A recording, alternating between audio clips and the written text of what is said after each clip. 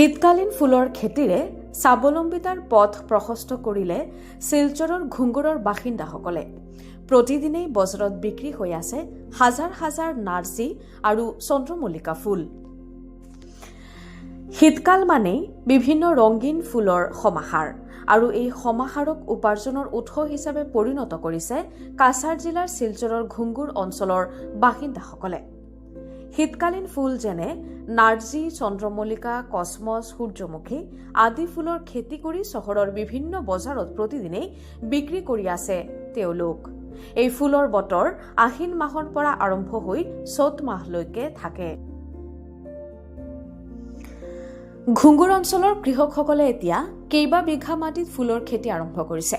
যদিও বছৰৰ মাত্ৰ 6 মাহৰ বাবে এই খেতি কৰা হয়, তথাপিও এই 6 মাহৰ আয় তেওঁলোকৰ পৰিয়ালৰ বাবে এক ডাঙৰ আশাত পৰিণত হয়। কেৱল ফুলেই নহয়, বহুতে ফুলৰ পুলি বিক্ৰী কৰিও অতিৰিক্ত উপাৰ্জন কৰিছে।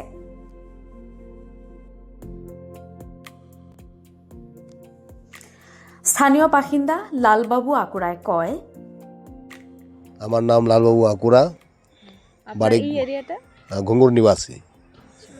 আমি বাড়িতে 2-4টা করে গাঁদা ফুল লাগাতে দেখলাম খুব ভালো লাগে, সেলও হচ্ছে। এরপর নিজের খেতে বেশি করে লাগালাম। আমরা ফুল একটা 2 টাকা 5 টাকা করে বেচি। চারাটা বড় হতে লাগে 3 মাস, আরও 3 মাসে ফুল। গাঁদা ফুল, কচমচ, চন্দ্রমল্লিকা, ডালিয়া, এরপর সূর্যমুখী। শিলচর এখানে বাজারে, লিং রোড বাজারে, কলাই রোড বাজারে নিজের মাছ সেল করি। অর্ডারও আছে, ইনকাম ভালো আছে। আমাদের একটা ফুলে 2 টাকা করে বিক্রি হয়, আর সময় 5 টাকাও বিক্রি হয় একটা ফুল। মনে করুন আমরা 100 ফুল নিয়ে গেলে 200 টাকা পাওয়া যায়। তো একটা গাছ আমাদের 700 থেকে 1000টা ফুল দেয় একটা গাছে। ফুল তো এর বীজও খুব যত্ন রাখতে লাগবে। বীজটা খুব যত্ন করে রোদে শুকিয়ে এটাকে ঝাড়া মুছা করে রাখতে লাগবে, কাঁচের বোতলও বন্ধ করে, যাতে বাতাস পায় না। এরপরে বর্ষাকালে ধরুন আপনার আশ্বিন কার্তিক মাসে সুন্দরভাবে মাটি গোবর মিলিয়ে বালি মাটিতে বীজটা ফেলাতে হবে। এরপর ঢাকন দিলে 20 দিন 21 দিনে এটা খ্যাং আসবে গাছের। তখন আস্তে আস্তে এটা জল দিবে, ধীরে ধীরে বড় হলো। আরও ধরুন 25-20 দিন পরে মাটিতে এনে লাগাতে হবে। কতদিন পর আবার ফুল ধরতে শুরু করবে? 40 দিন।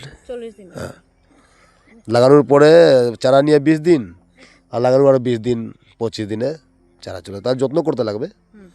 ওর সার আমরা ইউরিয়া, ডিএপি, গোবর, জল খুব প্রয়োজন বেশি জলের।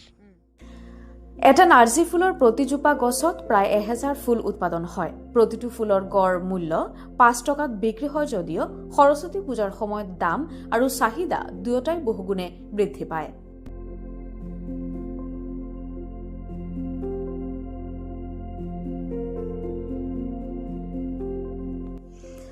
ফুলৰ খেতি কেৱল জীৱিকা নহয়, এতিয়া ঘুংগুৰবাসীৰ বাবে গৌৰৱৰ বিষয়। কঠোৰ পৰিশ্ৰম আৰু যত্নৰে গঢ় লৈ উঠা এই পথটোৱে তেওঁলোকক আত্মবিশ্বাস আৰু উপাৰ্জনৰ এক নিশ্চিত পথ প্ৰদান কৰিছে।